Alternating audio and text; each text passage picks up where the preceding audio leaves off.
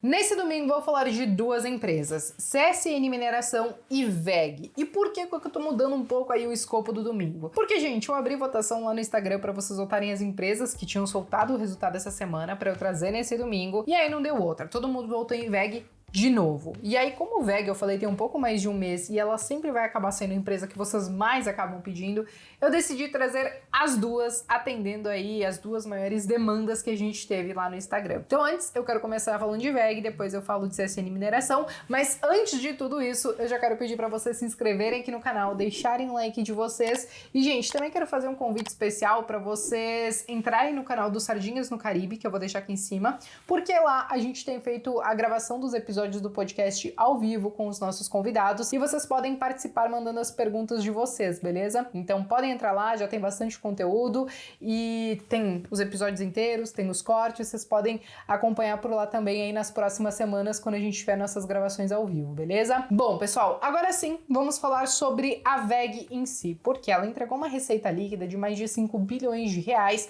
o que foi 36,7% maior do que o primeiro trimestre de 2020, que seria teoricamente pré-pandemia, pelo menos quando a gente fala aqui no Brasil, né? E aí talvez a gente comece a tentar entender o porquê que mesmo ela entregando um resultado muito bom, pelo menos eu considerei que foi um resultado muito bom, o porquê que talvez isso não se refletiu diretamente na cotação dela, que só nessa semana que ela entregou esse resultado, chegou a cair quase 4%, né? Quando a gente faz um comparativo com o quarto trimestre de 2020, ou seja, com o trimestre anterior, ela teve um avanço na receita de apenas 3,8%. Claro que ainda assim é um resultado muito bom, mas eu acho que ele também já era um resultado que já era esperado pelas pessoas, porque muita gente começou a acompanhar a WEG de perto e começou a entender o ritmo de crescimento dela e as entregas que ela tem feito, principalmente com os investimentos em energia, principalmente com as receitas que têm vindo do mercado externo. E aí, falando em mercado externo, cabe a gente entender como que foi a composição dessa receita, né? Então, quando a gente fala do mercado interno, a gente teve uma participação de 46% e quando a gente fala do mercado externo, 54% da receita veio de lá. Então, essa diversificação geográfica dela tem sido muito bom, porque nos momentos mais ruins da nossa pandemia, a gente teve, por exemplo, algumas indústrias fechadas aqui no Brasil, mas em outros lugares do mundo estava tudo se tocando normalmente, e aí vice-versa também. Então essa diversificação geográfica é muito importante para que ela continue tocando alguns business e também pela própria questão da receita em dólar. A gente viu o dólar se valorizar pra caramba de 2020 para cá, consequentemente, como ela acaba exportando bastante também, então ela consegue ter aí um resultado muito bom, impactado também pelo câmbio, mas claro que também pelos investimentos que ela tem feito em tecnologia, também pela própria recuperação de diversas economias, né? O que a gente pode ver, pelo menos com os produtos de ciclo curto, né? Que são tintas, vernizes, motores, enfim. A gente viu que aqui no mercado interno, a gente teve um crescimento de 49,9%. E quando a gente fala do mercado externo, a gente teve um crescimento de 23,9%. Então a gente entende que esses produtos de ciclo curto já apontam que sim, várias economias estão tentando aí já se recuperar, já estão esboçando alguma certa recuperação, ainda que a gente ainda tem uma certa preocupação, pelo menos no mercado interno, com os produtos de ciclo longo, que são mais voltados para as indústrias. Então a gente teve aí um primeiro trimestre de 2021 difícil, isso porque a gente teve novamente em alguns estados essas questões de isolamento, paralisação de algumas atividades, então isso traz mais incertezas, principalmente quando a gente fala aqui para o nosso mercado interno e para os produtos de ciclo longo. Eles ainda tem essa preocupação para os próximos trimestres, mas em compensação a gente tem os produtos de ciclo curto já se recuperando fortemente em alguns lugares, então isso é muito positivo. No fim das contas, o lucro líquido de WEG ficou em 764,2 milhões de reais, o que foi um crescimento de mais de 73% em relação ao primeiro trimestre do ano passado. Quando a gente faz um comparativo com o quarto trimestre de 2020, a gente teve um crescimento de somente 3%. No fim das contas, ela ficou com um ROI aí de 21,98%, o que é sim muito positivo, e uma margem EBITDA também muito boa de 20%. Agora, a gente precisa falar um pouquinho sobre a questão de preço, né? Porque ela teve o desdobramento essa semana, então foi a relação de 1 para 2, ou seja, quem tinha uma ação passou a ter duas ações, e isso não muda em nada o valuation dela. Eu sempre faço questão de lembrar disso, né? Que quando tem um desdobramento, uma empresa ela não fica fica mais barata, ela simplesmente fica com um preço mais acessível, mas o valuation não muda porque é como se você pegasse uma nota de R$100 e trocasse por duas notas de 50, né? Mas de qualquer maneira, trazendo a relação preço-lucro dela, eu quero compartilhar já essa imagem com vocês aqui. Aqui a gente pode ver que, pelo menos até sexta-feira, a relação preço-lucro dela era de 53,78 vezes. E isso está acima da média histórica dela quando a gente olha os últimos 3 anos, por exemplo, né? Essa linha amarela que vocês estão vendo é a média dela, que está em torno aí de 47 vezes. E aí que talvez a gente comece a entender o porquê que talvez as ações, elas não estão avançando na mesma velocidade que a gente viu nesses últimos 2 anos, que ela chegou a custar, alguns anos atrás, R$14, chegou a bater aí quase 90, R$100, agora fez o desdobramento e tá aí custando na faixa dos R$35. Isso, gente, porque a gente tá vendo que a relação preço-lucro dela tá acima da média histórica, ela acabou se valorizando bastante, consequentemente vários investidores e analistas começam a entender que, olha, talvez a margem de segurança em VEG já esteja muito menor do que no passado, o que não quer dizer que ela não vai continuar avançando, ela ainda assim tem muito potencial para continuar crescendo e tudo mais, só que a gente tem que aliar isso com as nossas expectativas. Ela já basicamente dobrou de valor nesses últimos anos, então a gente entende que se a gente não tá vendo esse ritmo agora, é porque talvez a margem de segurança tá um pouquinho menor e existe então essa preocupação dos investidores. Mas ela segue sendo uma excelente empresa, fazendo excelentes investimentos, com uma posição de caixa muito boa para continuar investindo e continuar crescendo. Mas ainda assim, tem essa cautela que vários investidores ficam de olho, né? Também tem a própria questão da cautela da empresa, né? Ela pontuou lá no webcast dela, que teve nessa semana que passou, que ela ainda está preocupada com as incertezas do cenário, né, por conta da Covid-19. Ela também está enxergando aí a recuperação do mercado externo, mas ela tem aí as incertezas com a linha de ciclo longo aqui no Brasil. Então, talvez a recuperação não seja tão rápida para essa linha. A gente pode ter aí alguns impasses nos próximos trimestres, mas como eu mostrei para vocês, né, o ciclo curto, ele tem aí ganho bastante espaço.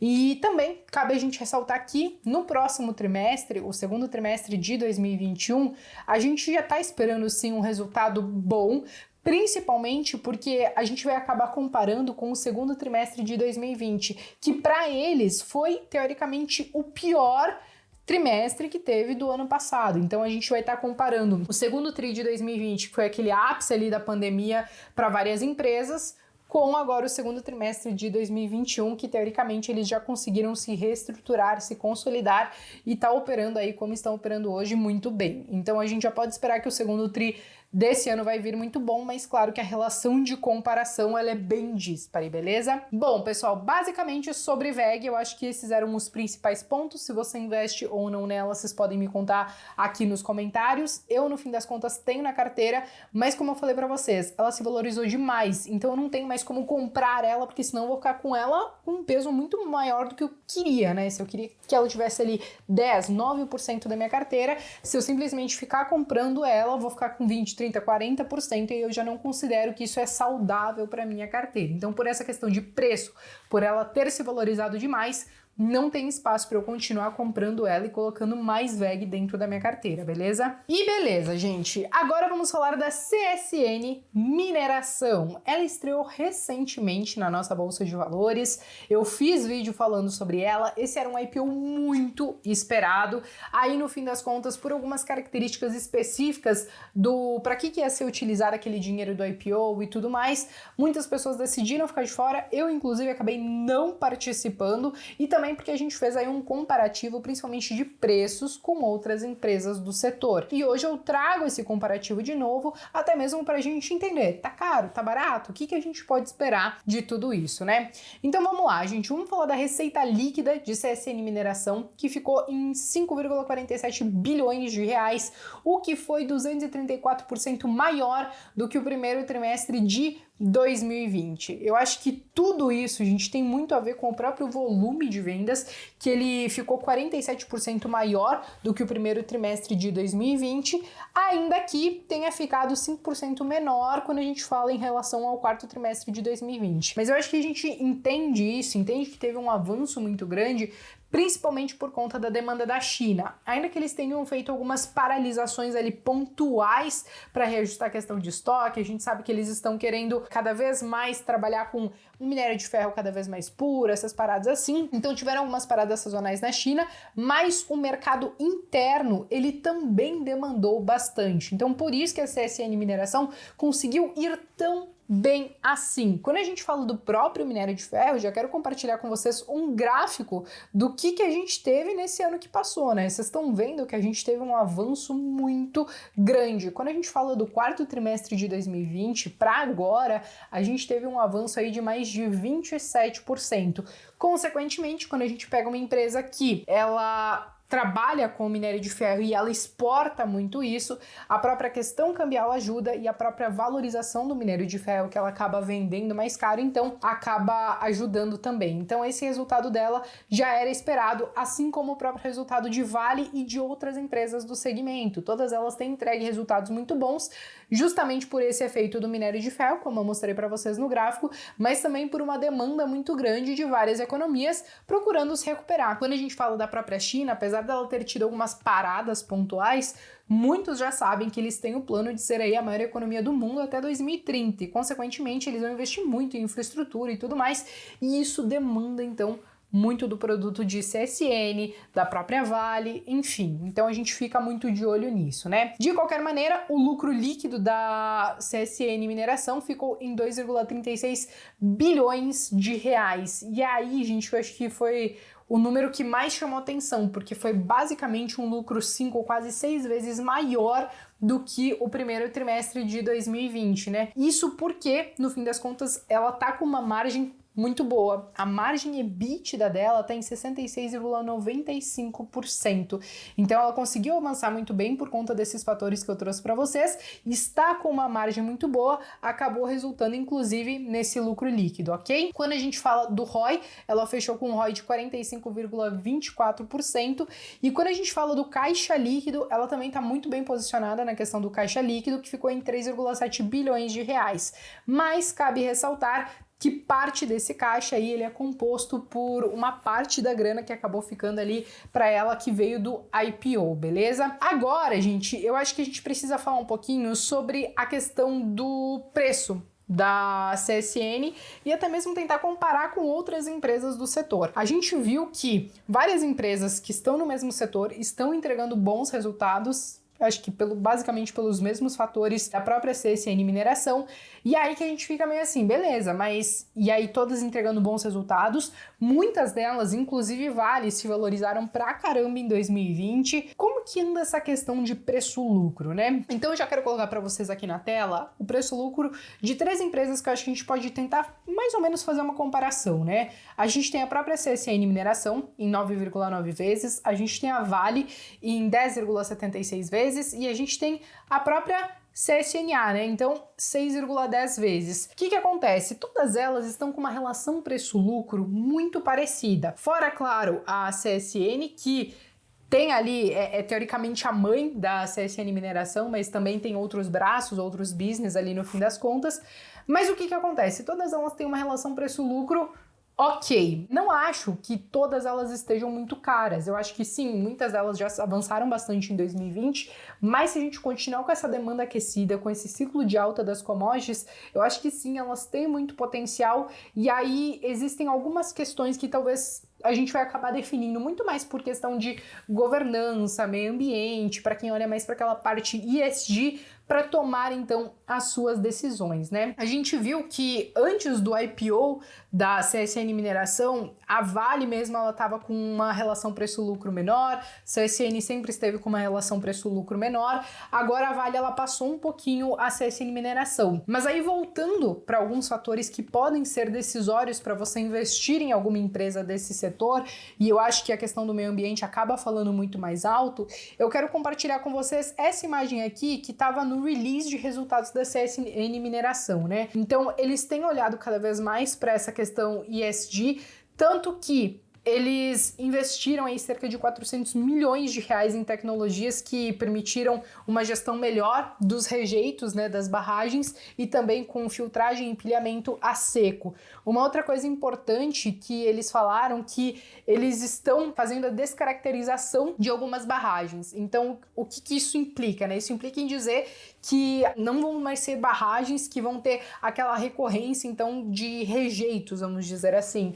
Então, eles estão tentando descontinuar com tudo isso, e aí restam apenas 3 barragens, como vocês podem ver nessa imagem aqui, que seguirão em processo de descaracterização, que eles chamam então nos próximos anos. Isso porque eles querem diminuir cada vez mais essa questão dos riscos ambientais. A gente viu o que aconteceu, por exemplo, com Vale nesses últimos anos. Nós tivemos 2 desastres por conta dessas barragens, né, de rejeitos, e isso tem sido uma preocupação para a CSN Mineração. Ela quer diminuir cada vez mais os riscos ambientais e também, eventualmente, algum risco de acontecer alguma tragédia, né? Então, acho que isso é muito bacana da parte dela, mas claro que não são só flores. A gente entende que essas empresas, elas procuram ter algumas medidas que são mais voltadas para o meio ambiente, mas ainda assim a gente sabe que elas agridem de forma considerável ainda assim, beleza? Bom, pessoal, eu acho que esses eram os principais pontos que eu queria trazer tanto de WEG como de CSN para vocês, né? CSN Mineração. São 2 empresas que, WEG no caso, eu acho que ela subiu bastante e diminuiu a margem de segurança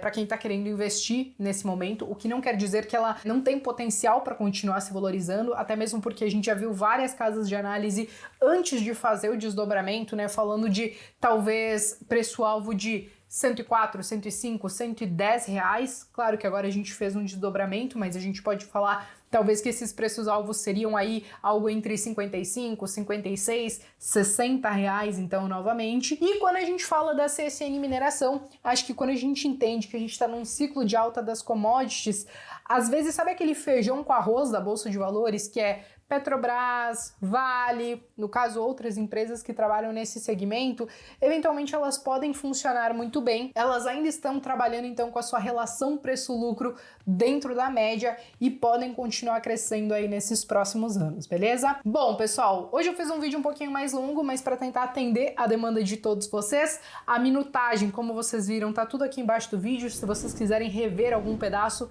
é só voltar lá, tá tudo aqui bem descritinho para vocês.